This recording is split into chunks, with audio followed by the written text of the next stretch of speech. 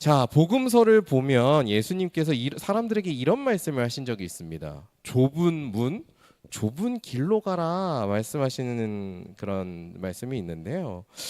그래서인지 모르겠는데 기독교 교리를 보면 좁은 문, 좁은 길 같은 게 되게 군데군데 보여요. 그 중에서도 이제 가장 또 좁은 문, 좁은 길 같은 게 어디서 나타나냐면 기독교가 하나님을 고백하는 방법을 보면 참으로 까다롭고 복잡한 방식을 사용을 합니다. 그게 바로 뭐냐? 오늘 설교의 제목인 삼위일체 하나님입니다. 여러분, 삼위일체가 뭔지 아시나요? 어떻게 표현되죠? 성부, 성자, 성령이 뭐 어떻다고? 네, 하나다죠. 그죠? 근데 이거 정확하게 말씀드리면 조금 어떻게 보통 표현을 하냐면 하나님은 세 위격, 성부, 성자, 성령이라는 세 위격이시면서 동시에 하나의 본체시다. 하나의 실체를 가지고 계시다. 이렇게 얘기해요. 조금 고급스럽게 제가 헬라어를 쓰면 하나님은 하나의 우시아를 갖고 계시고 세 개의 휘포스타시스를 갖고 계십니다. 라틴어를 쓰면 하나님은 세 개의 페르소나를 갖고 계시고 하나의 서브스탄티아를 갖고 계십니다. 이렇게 표현해요. 엄청 어렵죠? 복잡하죠? 까다롭죠? 이게 우리 기독교가 하나님을 고백하는 방식입니다. 셋이자 하나이시며 한 분이 하나이자 세 분이시다. 이게 이제 우리 기독교의 고백인데, 여러분, 이 삼위일체라는 말 아무리 고민을 해봐도 선뜻 이해하기 힘든 말입니다. 저 어렸을 때 이런 노래가 있었어요. 하나면 하나지 둘이겠느냐, 둘이면 둘이지 셋은 아니야, 셋이면 셋이지 넷은 아니야, 이렇게 쭉 올라가는 거 있거든요. 옛날에 이런 노래가 있어요. 계속 숫자를 올리는 노래인데 이게 우리의 상식이에요. 하나는요 하나예요, 셋은요 셋이에요. 이게 우리 상식이란 말이에요. 셋은 하나일 수 없어요. 반대로 하나가 셋일 수도 없어요. 이게 우리 상식입니다. 그리고 여러분, 성경을 살펴볼 때, 성경을 읽어보실 때 삼위일체라는 말을 정확하게 보신 분 있으세요? 하나님은 삼위시자 한 분이 하나시다라는 말을 정확하게 보신 적 있으십니까? 없어요. 성경에 삼위일체란 말 자체가 안 나온다고. 안 나와요. 물론 성경에는 성부 하나님, 성자 하나님, 성령 하나님이 다 나오시고요. 성부, 성자 하나님이 어떤 관계고 성령님과는 어떤 관계고 이런 게 각각 다 나와요. 나오는데 이 세 분이 하나라고 명시적으로 말하는 구절이 단 한 구절도 성경에 없단 말입니다. 그러니까 이 표현도 너무나 복잡하고 제가 쓴 용어들이 다 사실 이해 안 되잖아요. 히포스타시스는 뭐고, 위격은 뭐고, 뭐 서브스탄티아는 뭐고, 다 그러자, 우시아는 뭐고 이러잖아요. 이해가 안 되잖아요. 그러니까 꽤나 많은 사람들이 삼위일체를 들으면 어떻게 생각하냐? 삼위일체는 성경적인 것이 아니고 교회에서 만들어낸 어떤 인간적인 이야기야라고 생각을 합니다. 성경과 상관없이 우리 머리로 만들어낸 하나님에 대한 이야기야라고 생각하기도 한다는 거죠. 그래서 아마 우리 같은 교회를 다니지만 삼위일체에 대해서 안 받아들이는 사람들이 있을지도 몰라요. 네, 종종 있습니다. 이해가 안 되니까. 자, 저는 이 시간을 통해서 이게 얼마나 큰 오해인지, 삼위일체가 우리 머릿속에서 만들어낸 생각이라는 게 얼마나 큰 오해인지를 이야기하려고 합니다. 그래서 오늘 우리가 함께 삼위일체 하나님에 대해서 이야기를 해보면서 이 고백이 우리에게 주는 의미가 뭔지 찬찬히 살펴볼 텐데요. 조금 딱딱하고 어려운 순간들이 있겠죠. 하지만 우리가 마음을 모아서 서로 격려하면서 가면 해낼 수 있습니다. 그러니까 여러분, 미리 각오를 조금 하시고, 그러니까 우리 산 오를 때, 높은 산 오를 때 각오하고 오르면 좀 해볼만 하잖아요. 그러니까 조금 각오를 하고 우리 다 같이 한번 이 삼위일체라는 산을 조금 등산을 해보도록 하겠습니다. 자, 오늘 말씀은 예수님께서 부활하신 다음에 승천하시기 직전에 제자들에게 온 땅에 복음을 전하라는 명령을 내리시는 말씀이에요. 그래서 이 말씀을 대위임령이라고 이제 이야기하는데, 자, 온 교회가 이 말씀 때문에라고 하면 좀 나쁜 느낌이니까 덕분에, 이 말씀 덕분에 온 세계에 복음을 전하고 온 세계에 교회를 세우는 그런 일에 지금도 힘쓰고 있습니다. 자, 그런데 이 말씀을 보니까 마태복음 28장 19절 한번 보시죠.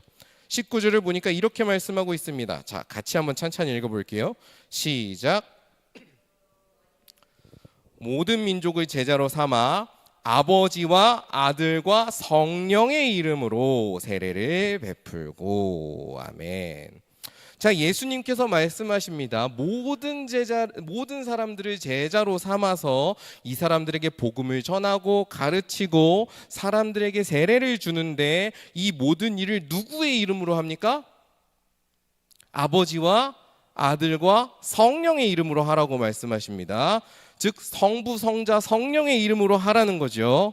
여러분, 사실 이 말씀에 되게 신기한 비밀이 있는데 이 말씀이 잘 살펴보면 삼위일체에 대해서 우리에게 딱 얘기하고 있어요. 여러분, 신약 성경은 어떤 언어로 기록됐죠? 어떤 언어로 기록됐죠? 영어? 한국어? 뭘로 기록됐습니까? 헬라어, 그 고전 그리스어로 기록됐어요. 여러분, 영어 같은 경우에 단수 복수가 명확한 언어죠. 그죠? 서구 언어는 기본적으로 단수 복수가 정말 명확한 특징을 갖고 있어요. 이 헬라어, 고전 그리스어도요, 단수와 복수가 정말로 철저하게 구분되는 언어 중 하나입니다. 그러면 앞에 주어가 복수야, 여럿이 있으면 그거에 맞는 대명사, 그거와 관련된 명사들도 다 뭐가 와야 돼요? 복수가 와야 돼요. 한국은 사실 좀 이게 왔다 갔다 하거든요. 왔다 갔다 하는데 헬라어는 그러지 않습니다. 철저하게 복수면 복수, 단수면 단수를 받아야 돼요. 자, 근데 오늘 말씀을 보니까 예수님께서 성부, 아버지, 아들, 성령, 성부, 성자, 성령 셋을 이야기하시죠. 단수예요, 복수예요? 복수죠. 그런데 이 셋의 이름이라고 하면 이 이름은 단수여야 돼요, 복수여야 돼요? 복수여야 돼요, 당연히. 근데 헬라어 이 원문을 보잖아요. 이 이름이 단수로 되어 있어요. 단수로 되어 있어요. 만약에 성부, 성자, 성령이 셋신이야. 셋신이면 이 이름이 어떻게 표현돼야 돼요? 이름들이 돼야 된다고요. 이름들이 돼야 되는데 여기 안에서 이미 이 이름이라고 단수를 쓰고 있다는 거죠. 이 말씀에서 이미 무엇을 얘기하고 있는 거예요? 하나님이 셋으로 구분되지만 동시에 하나의 일치성을 갖고 계시는구나. 이게 여기서 은연중에 드러나고 있는 겁니다. 그런데 우리는 이런 얘기보다는 조금 더 깊은 얘기를 한번 나아가 보려고 해요. 오늘 말씀과 관련해서, 삼위일체와 관련해서 조금 우리가 차근차근 진지하게 좀 생각해 보려고 합니다. 자, 여러분, 한 사람의 호칭에 대해서 한번 생각해 보면 좋을 것 같아요. 어떤 사람의 호칭에는 그 사람을 가장 잘 드러내는 특징이 담기기 마련입니다. 제가 최근에 피해 게임 3라는 두뇌 서바이벌 프로그램을 즐겨봤어요. 혹시 보신 분? 다들 이런 거에 관심 없으시군요. 저는 두뇌 서바이벌을 진짜 좋아해서 그 지니어스 시즌 1부터 지금까지 거의 다 봤거든요. 오랜만에 피해 게임 3라는 두뇌 서바이벌을 봤는데 이 프로그램에 장동민 씨가 나옵니다. 근데 이 장동민 씨가 이 프로그램에서 사람들이 붙이는 별명이 있어요. 별명. 그 별명이 뭐냐? 갓동민이에요. 갓동민. 근데 갓동민도 부족한가 봐. 이제 뭐라고 부르냐면 갓갓갓이라고 불러요. 갓동민이 부족해서 다 갓으로 바꿨어. 갓갓갓이래. 사람 이름에 갓을 붙이면 전 되게 불편하거든요. 제 직업 윤리상. 네. 전 치느님도 불편해요. 그런데 어쨌든 불편해요. 네, 치킨은 치킨이지. 어쨌든 그런데 사람 이름에 갓을 붙이는 게 달갑진 않습니다. 그런데 장동민의 이야기를 아는 사람은 왜 장동민이 그렇게 이름이 불리는지를 이해할 수 있어요. 예전에 더 지니어스라는 두뇌 서바이벌 프로그램에 장동민 씨가 출연을 했는데 정말로 문자 그대로 압도적으로 모든 게임을 다 지배하면서 2연속 우승을 했거든. 그리고 이 장동민 씨가 두뇌 서바이벌 나올 때마다 우승했거든. 그러니까 사람들이 장동민 씨가 나와가지고 활약을 할 때면 갓동민이라고 부르는 거예요. 야, 역시 갓갓갓이다 이러는 거예요. 그렇게 부르면서 어떤 이야기를 떠올리는 걸까요? 장동민의 어떤 특징, 좀 더 구체적으로 어떤 이야기를 떠올리는 거예요? 서바이벌 프로그램을 휘어잡고 다니던, 서바이벌 프로그램을 지배하고 승리하던 장동민 씨의 이야기를 떠올리는 거예요. 그 호칭에서. 제가 예능인을 예시로 들었습니다만 우리가 기억하는 모든 호칭들, 모든 이름에는요 다 이렇게 이야기가 담겨 있습니다. 여러분들은요 누군가의 이름을 기억할 때요 그 이름 석자를 기억하는 게 아니에요. 그 이름 석자에 담긴 이야기를 기억하는 거예요. 여러분들이 제 이름 권원일이라는 석자를 기억해요. 이 권원일 이름을 기억하는 건요 권자, 헌자, 일자라는 세 글자를 기억하는 게 아니라고요. 여러분들은 그 이름을 통해서 뭘 기억하는 거예요? 저와 여러분 사이의 관계 가운데 있었던 이야기들을 기억하는 거예요. 저와 여러분 사이에 있는 관계들에 대한 기억이 들어가 있는 거죠. 이것이요 우리 기독교 하나님을 이해하는 데 있어서 그대로 적용이 됩니다. 그리스도인들이 경험한 하나님의 이야기에 대해서 우리가 한번 생각해 봅시다. 그리스도인들이 경험한 하나님의 이야기는 어떤 이야기입니까?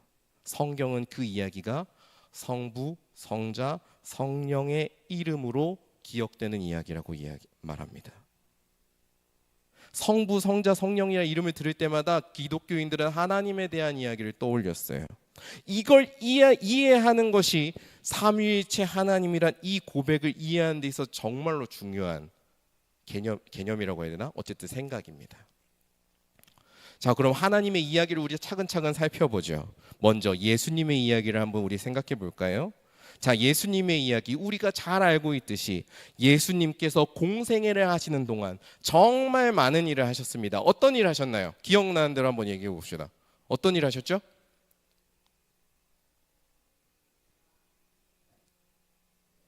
그렇죠. 혼인잔치에서 뭐 하셨어요? 뭐 포도주 빚어줬어요? 물을 포도주로 만든 이걸 우린 뭐라 그래? 뭐라 그래? 기적이라 그러지.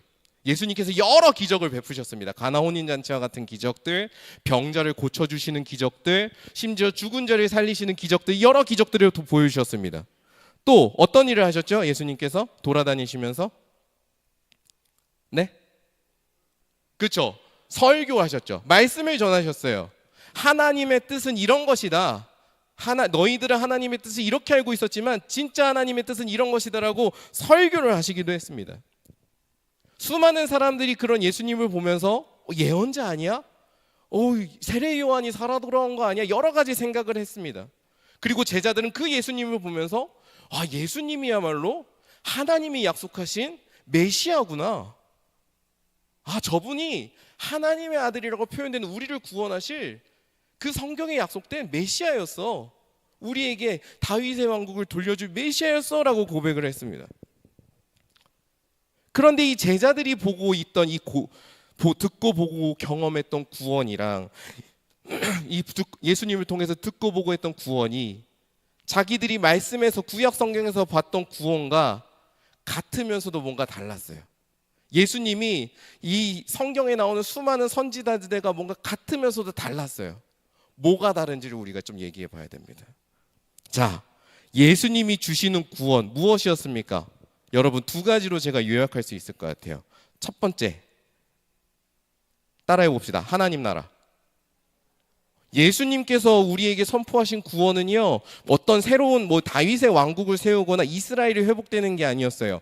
하나님의 나라, 즉 하나님께서 다스리시는 것이 회복되는 걸 이야기하셨습니다. 그래서 예수님은 처음부터 뭘 선포했냐면 하나님의 나라가 가까이 왔으니 회개하고 복음을 믿어라라고 하셨어요. 예수님께서는 처음부터 끝까지 하나님의 다스림, 하나님의 통치, 하나님의 나라를 계속해서 얘기하면서 이것이 바로 우리에게 주어지는 하나님의 구원이다라고 이야기를 했습니다.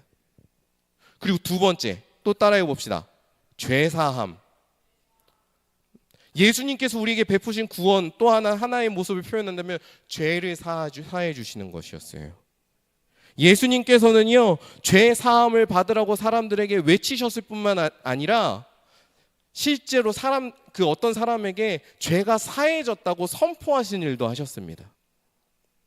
그래서 우리 중풍병자 고친 그 이야기를 보면 예수님께서 너의 병이 고쳐졌다라고 말씀 안 하시고요, 너가 죄 사함을 받았다라고 말씀을 하세요. 성경을 읽어보신 분들은 기억하실 겁니다.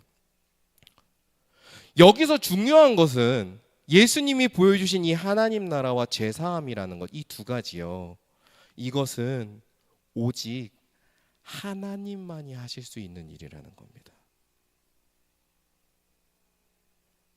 하나님 나라랑 하나님의 통치와 죄 사함은 누가 할 수 있다고요?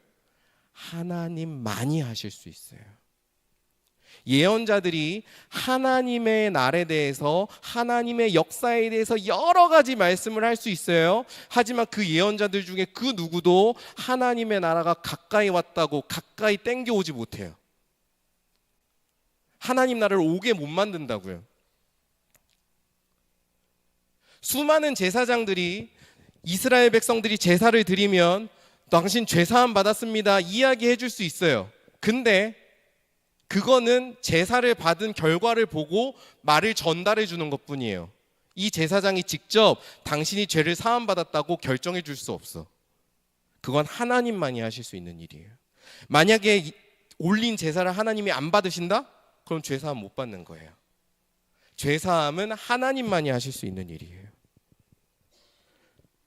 그래서 예수님이 활동하고 다니실 때 이스라엘 사람들이 예수님을 엄청나게 공격할 수밖에 없었어요. 왜? 하나님만이 하실 수 있는 일을 인간인 예수가 하고 있으니까.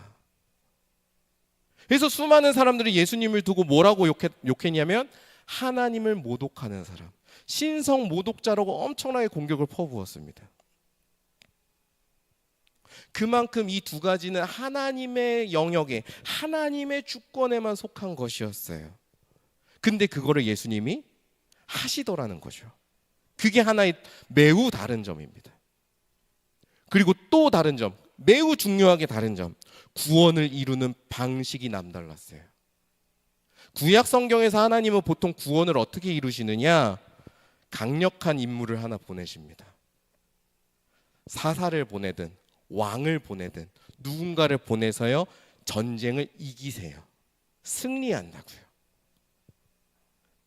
강력한 승리의 역사가 구약 성경에 나오는 구원의 역사였습니다. 의와 거룩을 가지고 악인을 철저하게 심판하시는 것, 그리고 남은 의인들을 건지시는 것, 이게 구약 성경에서 이야기하는 구원이었어요. 그런데 우리 예수님은 어떻습니까? 어떤 방식으로 구원을 이루십니까? 그분은 구원의 역사를 가장 무력한 십자가 죽음으로 이루십니다.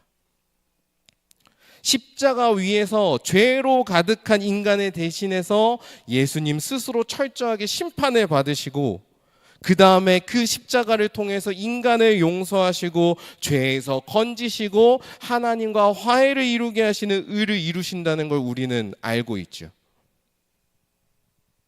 그리고 이 모든 일들을 통해서 하나님은 우리에게 어떤 걸 드러내십니까? 이 모든 일들을 감당하실 만큼 우리를 지극히 사랑하신다는 것을 밝히 드러내셨죠. 그리고 사흘 만에 부활하심으로 우리가 말하고 있는 이 이야기가 참되다는 것까지도 보여주셨습니다. 이게 예수님께서 구원을 이루시는 방식이었어요. 제자들이 이 모든 일들을 다 경험했습니다. 이 예수님의 일들을 경험하고 그 이야기들을 곱씹으면서 깨달음이 있었어요. 하나님께서 깨닫게 하셨습니다. 무엇을 깨달았을까요? 예수님의 이야기는 단지 어떤 한 인간의 위대한 이야기가 아니로구나. 하나님이 선택한 어떤 선지자라던가 하나님이 선택한 왕이라던가 그런 인간에 대한 인간의 이야기가 아니었구나를 깨달은 거예요. 왜? 예수님이 하시는 일을 보니까 이건 누구만 할 수 있어요? 하나님만 하실 수 있는 일이었거든요. 인간은 못하는 일이었다고요. 제자들이 그 이야기를 그것들을 보면서 예수님이 하신 일은 하나님만이 하시는 일이네. 그럼 이 예수님은 그냥 인간이 아니로구나를 느꼈던 것이고요. 무력하게 십자가에서 자기를 다 내어주는 그 사랑을 보면서 예수님의 사랑은 인간이 베풀 수 있는 사랑 그 이상이 무엇인가가 있구나를 이들은 깨달았던 거예요. 그래서 이들은 예수님의 이야기를 묵상하면서 이렇게 고백했습니다. 예수님의 이야기가 곧 하나님의 이야기구나. 예수님을 생각한다, 예수님을 만난다는 것은 곧 예수님을 안에서 하나님을 만나는 것과 같구나. 그런 고백을 갖게 되었던 거예요. 그러니까 이 제자들은 예수님을 만난 뒤로 어떤 변화가 생긴 거냐면 예수님 없이 하나님만을 이야기하는 게 불가능하게 된 겁니다. 예수님 없이 하나님이 이런 분이야라고 얘기하는 게 불가능하게 되었다고요. 하나님을 얘기하려면 꼭 누구를 얘기해야 돼요? 예수님을 이야기해야 되는 그런 경험과 생각들로 바뀌어 버렸다고요. 그래서 이 그리스도인들에게 예수님의 이야기는 곧, 예수님이란 이름은 곧 누구의 이야기가 된 거예요? 하나님의 이야기, 하나님을 떠올리게 되는 이야기가 돼버린 겁니다. 그리스도인들이 경험한 또 하나의 이야기가 있죠. 바로 성령님의 이야기입니다. 우리 성령님의 이야기를 또 한번 또 해보죠. 자, 사도행전 1장과 2장에 가면 초대 그리스도인들이 성령을 받는 이야기가 자세히 나오는데, 예수님께서 부활하신 다음에 승천을 하시기 전에 제자들에게 하나님 나라의 일을 가르치시고 그 다음에 한 가지 중요한 약속을 남기십니다. 어떤 약속이냐면 성령님의 세례가 있을 것이다 라는 약속이었어요. 그 약속을 하시고 하늘로 올라가십니다. 자, 그런데 그 약속의 내용이 뭐냐면 사도행전 1장 8절에 이렇게 약속을 하세요. 성령이 임하시면 너희가 권능을 받아서 예루살렘과 온 유대와 사마리아와 어디까지 갈까요? 땅끝까지 가야죠. 땅끝까지 이르러 나의 증인이 될 것이다 하는 약속을 하셨어요. 사실 이 당시 때 이 말은 정말 허무맹랑한 말이었습니다. 왜냐하면 이 당시 때 예수님을 미워하고 박해하던 사람들이 훨씬 많았기 때문에 예수님을 믿고 따르는 제자들은 정말 소수에 불과했어요. 소수에 불과했습니다. 그렇기 때문에 이들의 말이 유대인들한테 씨알도 먹히기 어려운 상태였고요. 말하는 순간 붙잡힐 위기가 항상 있는 상태였어요. 땅끝까지 전해진다는 거 상상도 못하는 시기였다고요. 그런데 그 약속을 받고 제자들이 살아가다가 오순절이 돼서 제자들이 한 곳에 모여서 기도했습니다. 평상시처럼 기도를 하는데 갑자기 하늘에서 성령님이 불같이 임하시는 거예요. 불같이 임하셔서 성경에 보면 어떻게 나옵니까? 각 제자들 위에 뱀의 혀같이 불이 딱 이렇게 생겼다고, 뭐가 나타났다고 이야기를 하죠. 자, 그렇게 제자들이 성령님의 은혜를 충만히 받아서 성령의 임재 가운데 있게 되니까 모두가 성령님의 인도하심에 따라서 갑자기 말을 하기 시작하는데 그 말이 어떻게 되는지 혹시 아시나요? 그 말이 어떻게 들리는지 아시나요? 각자 다른 언어로 바뀌어요. 다른 언어로 바뀌어서 들리기 시작을 합니다. 예수님께서 십자가에 달리셨을 때 제자들은요 뿔뿔이 흩어지기에 바빴어요. 근데 그 바빴던 제자들이 성령님의 임재, 충만함을 받으니까 갑자기 어떻게 변화하냐면 모두가 다 거리 앞에 나와서 담대하게 예수님의 이야기를 전하기 시작을 합니다. 하나님께서 어떻게 우리를 이끌어 오셨고 그 다음에 예수님이 이렇게 약속해 주셨는데 그분이 이렇게 나타나셔서 우리를 위해서 죽으시고 이제 부활하셔서 이렇게 역사하십니다를 두려움 없이 전하기 시작을 해요. 근데 그 이야기가 또 번역돼서 들려요. 제자들의 증언을 들은 수많은 사람들은 그 말을 듣고 권능을 느껴서 예수님의 복음 앞으로 나오기 시작을 합니다.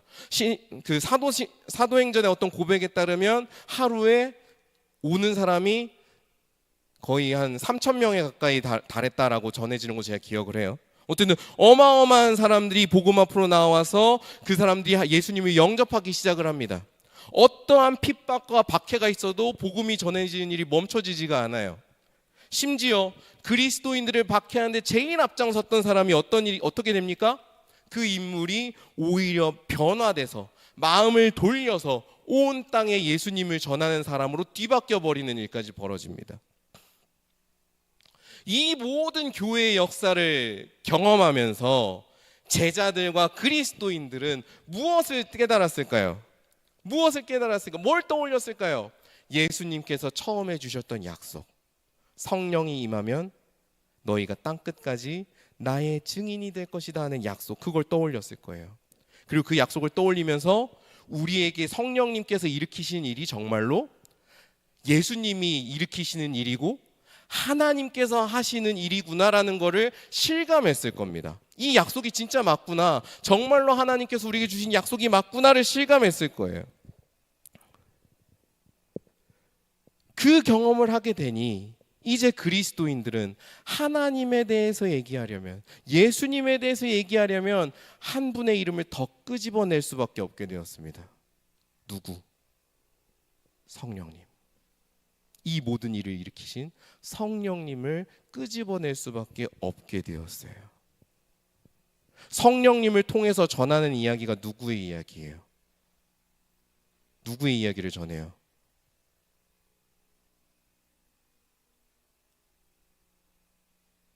예수님의 이야기를 전하고 있잖아요. 성령님을 통해서 전하게 되는 이야기가 예수님의 이야기예요. 그러니까 예수님의 이야기할 때, 예수님과 관련된 이야기를 할 때 성령님이 빠질 수가 없는 거예요. 예수님 없이 성령님을 얘기할 수 없어요. 왜? 성령님을 약속하신 분이 예수님이니까. 그러니 예수님 없이 성령님만 얘기할 수도 없고 성령님 없이 예수님을 이야기할 수가 없는 상황이 되어버렸던 겁니다.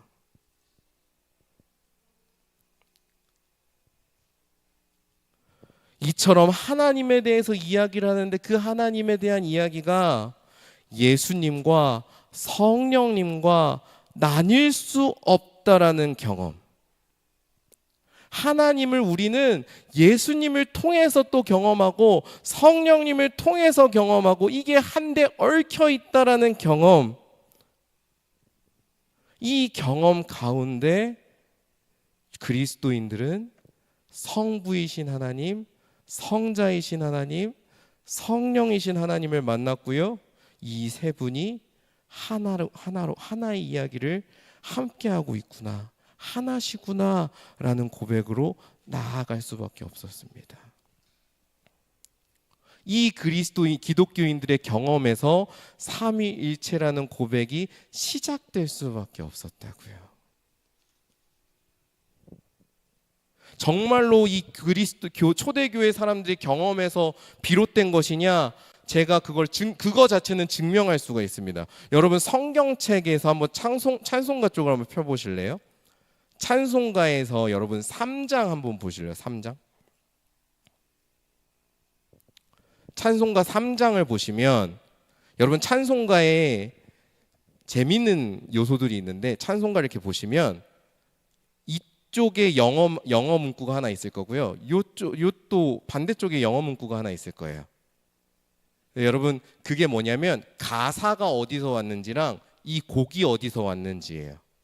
자, 그런데 큰 숫자 밑에 있는 게 가사 출처거든요. 여러분 찬송가 3장의 그 밑에 숫자 큰 3 밑에 뭐라고 적혀져 있는지 누가 한번 크게 읽어 주실래요?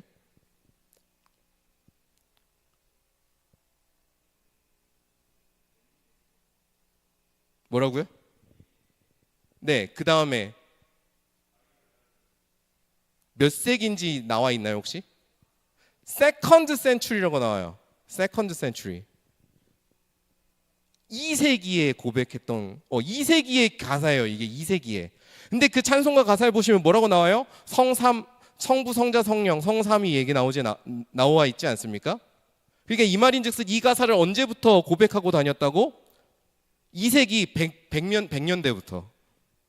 100년대부터 고백하고 다녔다고요. 여러분 2세기면요 성경 갓 쓰여지고 직후입니다. 성경 기록된 지 얼마 안 된 시점이에요. 완전 초창기예요. 근데 그때부터 이 그리스도인들은 뭘 고백하면서 살았다고? 성부, 성자, 성령, 성삼위는 하나시다라는 걸 고백하면서 살았다고요. 왜? 자기들이 경험한 하나님은 그런 하나님이었거든.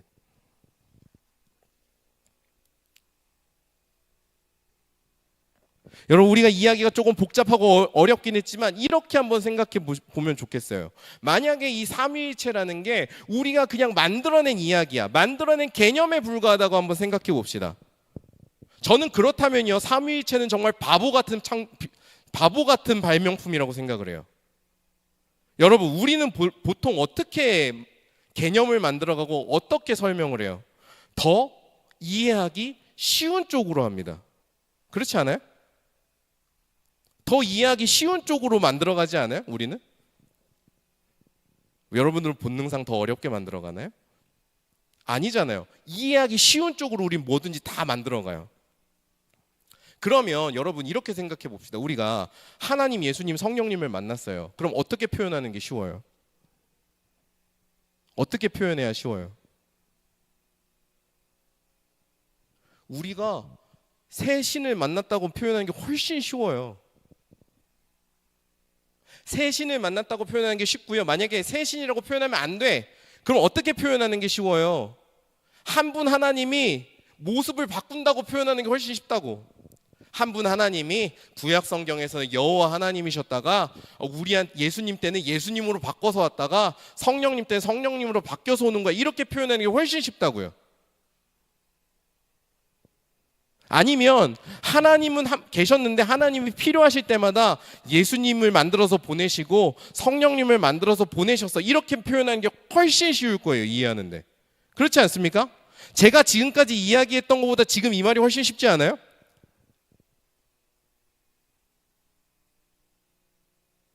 하지만 우리 믿음의 선배들은 그런 쉬운 길을 선택하지 않았다고요. 그 쉬운 길을 선택하지 않고 내버려 두고 굳이 어려운 길을 선택한 겁니다. 이해하기 힘든 길을 선택한 거예요. 왜 그랬냐고요? 그 이유는 단순합니다. 그 복잡하고 모호한 고백이야말로 자기가 만난 하나님, 그들이 만난 하나님, 스스로를 우리에게 계시해 주신 하나님을 정직하게 그저 있는 그대로 고백하는 유일한 방법이었거든요. 예수님과 성령님으로 우리에게 다가오신 그 하나님을 있는 그대로 인정하고 예수님과 예수님을 통해서 우리에게 이루어진 구원이 정말로 하나님께서 주시는 구원이구나를 고백하는 길이, 이 사람들은 성부, 성자, 성령이 한 분 하나님이십니다라고 말하는 고백하는 그 방법 말고는 없었다는 그 말인 겁니다. 그래서 여러분들이 오늘 그냥 한 가지만 기억하시면 좋을 것 같아요. 한 가지. 삼위일체가 우리가 이해할 수 없지만 철학자들이 머리에서 고안해낸 그런 개념, 그런 것들이 아니고, 창작물이 아니고, 성경에서 이야기하는, 성경에서 계시하는 하나님을 어떻게든 제대로 증언하려고 고군분투한 그런 노력이구나. 이걸 여러분들이 꼭 기억하셨으면 좋겠어요. 초대교회 성도들이 예수님을 만나고 성령님을 경험하면서 믿음이 피어났는데 그 믿음을 계속해서 제대로 지켜보려고 했던 노력이라고 여러분들이 기억하시면 좋을 것 같습니다. 이렇게 고백하는 가운데 하나님을 점점 더 알아가는 일이 교회 가운데 일어났다고 이들은 믿고 살아왔고, 그래서 그 고백들이 지금까지 이어져 왔더라는 거죠. 삼위일체 하나님에 대해서 우리가 좀 긴 시간 이야기를 나눠봤습니다. 보시다시피 땀이 많이 났죠? 땀이 많이 났다는 건 어려웠다는 이야기입니다. 힘들어요. 제가 사실 오늘 설교를 준비하면서 얼마나 많은 기도와 번뇌와 고민을 했는지 몰라요. 큰일 났다. 하나님이 저에게 이게 저의 잘못입니까? 주님이 주신 시련입니까? 수많은 고민들을 하면서 준비로 올라왔고, 최대한 해보자. 우리 삼위일체 하나님에 대해서 얘기를 해보자 해서 최대한 해보려고 했습니다. 사실 삼위일체라는 이야기가요, 삼위일체에 대한 이야기는 제가 1년 내내 몇 년 내내 해도 모자람이 없을 거예요. 아무리 얘기해도 또 다 얘기할 수 없을 겁니다. 내용이 많은 만큼 복잡할 수밖에 없고요. 그래서 그 중에서 우리가 진짜로 좀 기억하면 좋겠다 싶은 내용들을 최대한 추려서 얘기를 해봤습니다. 저희 그 목사들과 신학자들 사이에서 전해지는 속된 말, 이런 속된 유행 말이 있어요. 삼위일체에 대한 모든 해설은 왜곡이고 이단이다. 삼위일체를 설명하는 순간 무조건 이단이 된다. 라는 우리 속된 그런 우리끼리의 그런 속담이 있습니다. 그만큼 삼위일체를 명확하게 설명하는 건 불가능하다는 말이죠. 하지만 제가 이렇게 삼위일체를 이야기하면서 이 삼위일체가 우리에게 주는 신앙적인 의미를 좀 정리해보고 마치면 좋을 것 같습니다. 자, 첫 번째, 삼위일체가 우리에게 주는 중요한 의미. 이제부터는 좀 우리가 좀 기억하면 좋을 것 같아요. 자, 첫 번째, 우리의 하나님은요, 우리가 머릿속으로 추상적으로 그려낼 수 있는 분이 아니라는 걸 여러분 기억하셔야 됩니다. 우리가 하나님을 믿는데요, 우리가 하나님을 그냥 우리 머릿속에서 상상할 때가 있어요. 하나님은 이런 분이겠지, 하나님, 내가 생각하는 하나님은 이런 분일 거야 라고 상상하는 경우가 있습니다. 그렇게 생각할 때, 우리 머리로 상상할 때요, 하나님에 대한 왜곡이 일어납니다. 기복주의 신앙이라던가 특정한 사상이 하나님의 뜻이라고 착각하는 모습들, 또 우리 내가 복음이라 그러죠. 내가 생각하는 대로가 다 복음이다라고 하는 그 모습들 다 어디서 비롯되는 거냐면요, 내 생각으로 하나님을 그리는 데서 시작이 되는 거예요. 근데 우리 믿음의 선배들은 하나님을 이야기하고 하나님을 고백할 때 항상 철저하게 그 하나님은 삼위일체 하나님이라고 고백했습니다. 이것은 무엇을 의미하냐면, 하나님에 대한 우리의 생각과 모든 고백들은 어디서부터 시작해야 돼요? 예수님과 성령님에서부터. 성경이 우리한테 계시해주고 사도들이, 예수님의 제자들이 우리에게 증언을 해주는 예수님과 성령님이라는 구체적인 역사에서부터 시작해야 된다는 걸 의미합니다. 즉, 우린 하나님에 대해서 얘기하려면 뭐 해야 돼요? 예수님에 대해서 성경 읽어야 돼요. 성령님에 대해서 성경 읽어야 돼요. 거기서부터 하나님을 얘기해야 돼요. 우리가 하나님을 인격적으로 만나고 싶어요. 근데 인격적으로 만나지 못하는 지체가 있습니까? 그렇다면 여러분, 예수님에서부터 시작해야 됩니다. 예수님을 아는 것에서부터 하나님을 알아가야 돼요. 만나야 돼요. 예수님의 말씀과 삶과 죽음을 묵상해야 됩니다. 내가 하나님의 임재 가운데 있기를 원해요. 근데 하나님의 임재가 뭔지 모르겠어요. 그러면 성경에 증언된 성령님의 역사와 임재를 여러분 묵상해야 됩니다. 예수님과 성령님, 그 구체적인 하나님의 역사, 하나님의 드러나심이 하나님을 만나는 경험의 시작점이라는 거 우리가 기억해야 된다는 말이죠. 거기서부터 시작할 때 우리의 신앙이, 우리가 고백하는 하나님의 이야기가 어떠한 왜곡에 흔들리거나 잘못된 길로 빠지는 것이 아니라 바르게 자라난다는 거 여러분들이 꼭 마음에 새기셨으면 좋겠습니다. 또 삼위일체가 주는 또 한 가지 의미는 우리가 믿고 고백하는 하나님은 요한일서 4장의 고백처럼 사랑의 하나님이라는 거예요. 이 복잡한 얘기가 하고 싶은 핵심이 뭔지 아세요? 아이러니하게도 하나님은 사랑이시다예요. 황당하죠? 하나님이 사랑이란 걸 얘기하려고 이 복잡한 짓을 해야 된다니? 근데 이들은 그 삼위일체라는 고백을 통해서 사랑을 얘기하려고 했습니다. 우리가 지금까지 보았듯이 삼위일체는 성부, 성자, 성령, 하나님이 분리될 수 없는 하나의 관계 가운데 있다는 걸 이야기를 합니다. 즉, 하나님은 처음부터 어떤 분이에요? 관계 맺는 분이에요. 관계 맺는 분이고 그 관계 속에서 사랑을 나누는데 영원한 사랑을 나누시는 분이다. 이게 초대교회 사람들이 고백하던 하나님이었습니다. 여러분, 사랑이라는 것은 어떻습니까? 나 혼자서 할 수 있는 게 아니에요. 그죠? 사랑이라는 건 나 혼자서 할 수 없어요. 사랑은 관계적인 겁니다. 저 혼자서 사랑할 수 없어요. 어떻게 해야 돼요? 사랑할 상대방이 내 앞에 있어야 돼요. 그래야 사랑을 할 수 있어요. 우리 초대교회 믿음의 선배들이 이걸 너무 잘 알았습니다. 그래서 하나님이 사랑이시라는 말은, 하나님 안에서 이미 사랑이 일어나고 있구나, 하나님께서 이미 사랑을 하고 계시는구나 라고 생각을 했어요. 그래서 이 초대교회 성도들 중에 이 말을 가장 잘 정리한 사람이 아우구스티누스라는 사람인데, 이 사람이 사랑을 하려면 세 가지가 필요하다고 얘기했습니다. 첫 번째, 사랑하는 자가 필요합니다. 사랑해야 되니까. 두 번째, 사랑받는 자가 필요합니다. 사랑을 받아야 돼요. 세 번째, 이 둘이 따로 떨어져 있으면 사랑을 할 수 있어요, 없어요? 없어요. 묶여야 돼요. 이 둘을 묶어주는 제3의 공동의 것. 아우구스티누스는 이걸 사랑이라고 표현했어요. 이 둘을 묶어주는 사랑이 있어야 됩니다라고 생각을 했어요. 그럼 이것이요, 그럼 하나님이 사랑이시다라는 건 하나님 안에 이 세 가지가 있다라는 것을 의미한다고 보았던 거죠. 그래서 사랑을 주시는 성부 하나님, 사랑을 받으시는 성자 하나님, 그리고 이 성부와 성자를 묶어주시는 사랑이신 성령 하나님, 이렇게 표현을 했습니다. 그래서 하나님 안에 이 참된 사랑이 가득하기 때문에 그 사랑이 흘러서 어디로 간다고 보았냐면 우리에게로 온다고 보았던 거예요. 아무런 이유가 없어도 이 세상을 창조하셨단 말이에요. 왜? 사랑하시니까. 구원받을 가치가 없음에도 우리를 구원하세요. 왜? 우리를 사랑하시니까. 그래서 이 사랑이신 하나님을 표현할 수 있는 가장 좋은 말이 삼위일체다라고 이들은 고백하고 믿어왔습니다.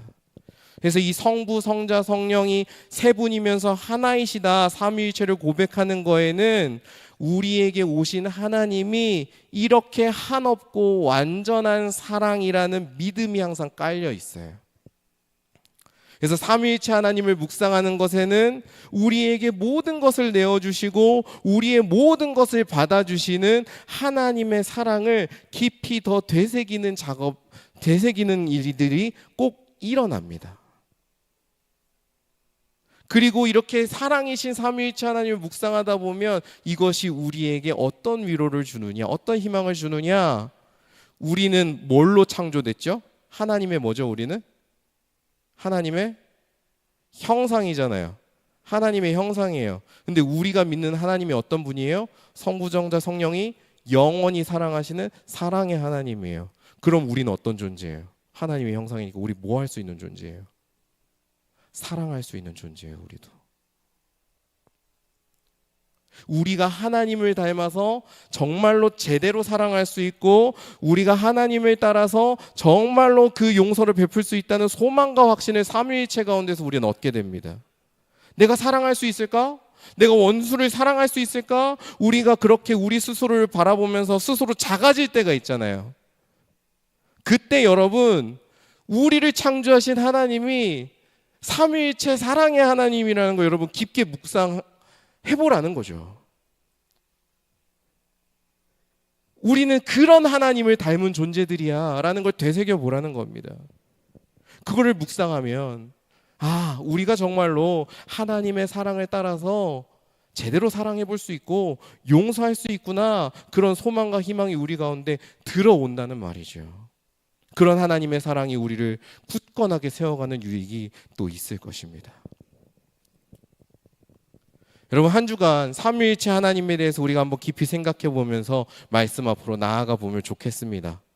내 마음대로 그려내던 하나님을 내려놓고, 내가 상상하던 하나님을 내려놓고 성경이 계시하는 예수님과 성령님이 보여주시는 하나님, 교회가 증언하는 하나님을 우리가 한번 만나봤으면 좋겠습니다.